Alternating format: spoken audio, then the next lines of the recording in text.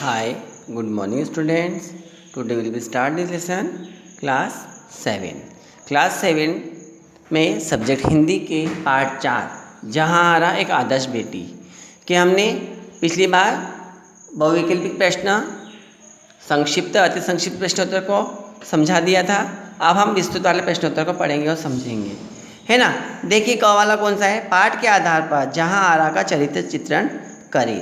उत्तर में देखेंगे जहाँ आरा मुगल सम्राट शाहजहाँ और मुमताज़ महल की सबसे बड़ी संतान थी। वह अविवाहित और सुशिक्षित थी, महिला थी। उसे बेगम साहिब भी कहा जाता था। जहाँ आरा ने अविवाहित रहते हुए भी अपनी पूरी ज़िंदगी अपने वयोवृद्ध बीमार और कैद में जीवन जीने को मजबूर पिता की सेवा शुदा में बिता दिया। उसी के त्याग और बलिदान की वजह से शाहजहाँ के जीवन के अंतिम दिन चैन से बीत सके। जहाँ आरा एक आदर्श बेटी थी। ख नंबर का क्वेश्चन है, शाहजहाँ की मृत्यु के बाद जहाँ आरा का जीवन कैसे बीता उसका जीवन। चलिए आंसर देखते हैं।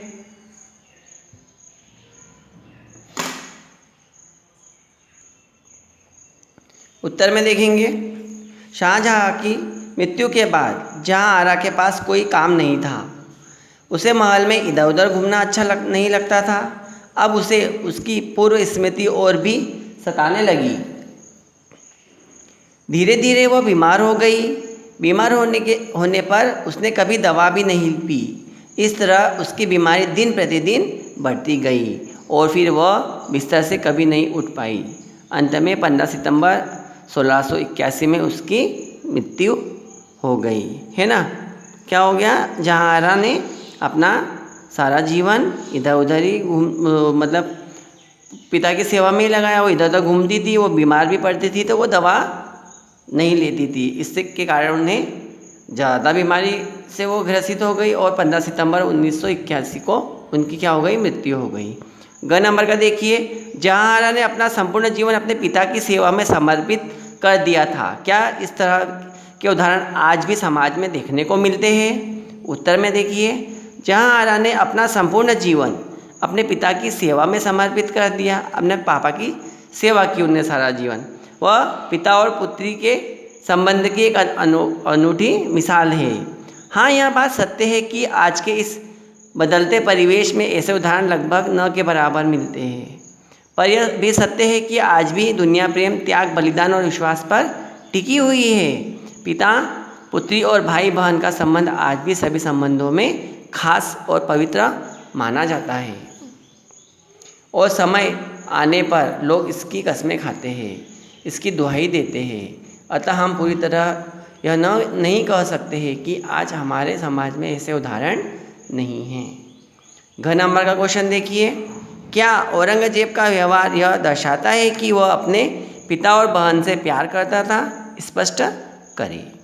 उत्तर में देखेंगे, हाँ, औरंगजेब का व्यवहार यह दर्शाता है कि वह अपने पिता और बहन से प्यार करता था, लेकिन वह सबसे ज़्यादा प्यार सत्ता से करता था। सत्ता मतलब अपने शासन से, अपनी गद्दी से करता था। सत्ता का नशा सदैव उसके सिर पर चढ़कर बोलता था। उसने जो किया सत्ता के लिए किया।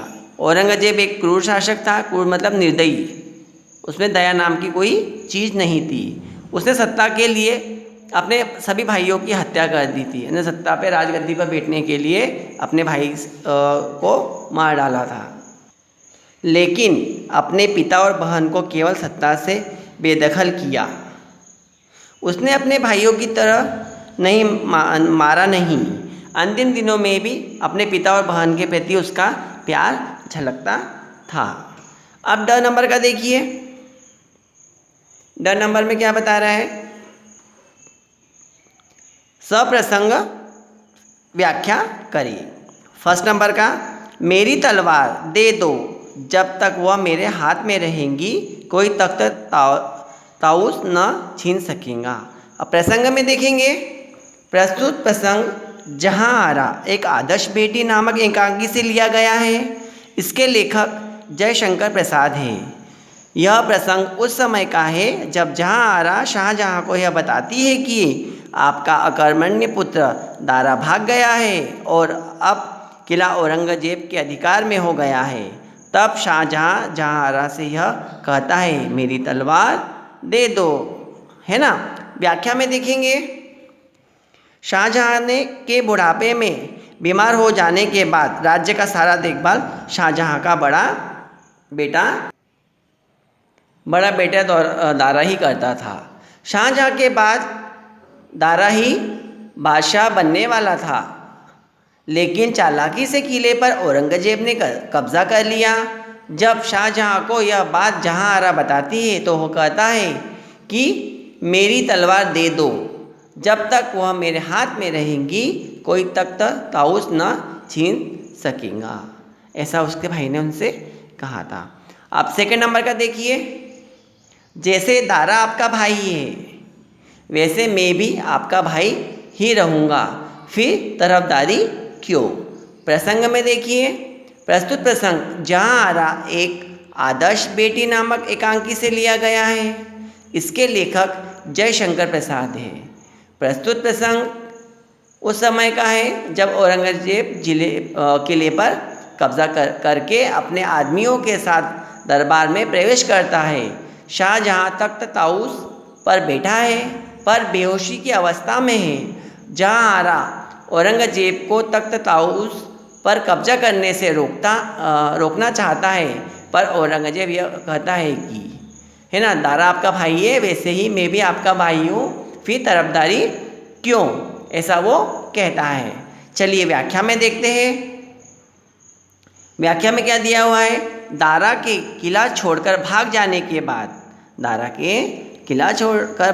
के बाद औरंगजेब जिले पर कब्जा कर लेता है ना। उसका भाई दारा जब किला छोड़कर चले जाता है तो औरंगजेब क्या करता है, वहाँ पर उनके महल पर किले पर कब्जा कर लेता है। शाहजहाँ बीमार है पर तख्तो ताउस पर अपनी तलवार लेकर बैठा है। वो बीमार है पर भी वो वीर योद्धा की तरह तलवार लेकर बैठा हुआ है।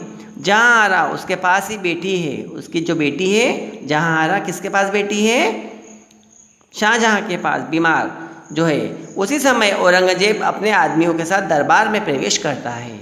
किसके साथ प्रवेश करता है, औरंगजेब अपने आदमियों के साथ, मतलब सैनिकों के साथ। औरंगजेब तख्त ताउस पर बैठे शाहजहाँ को झुककर सलाम करता है।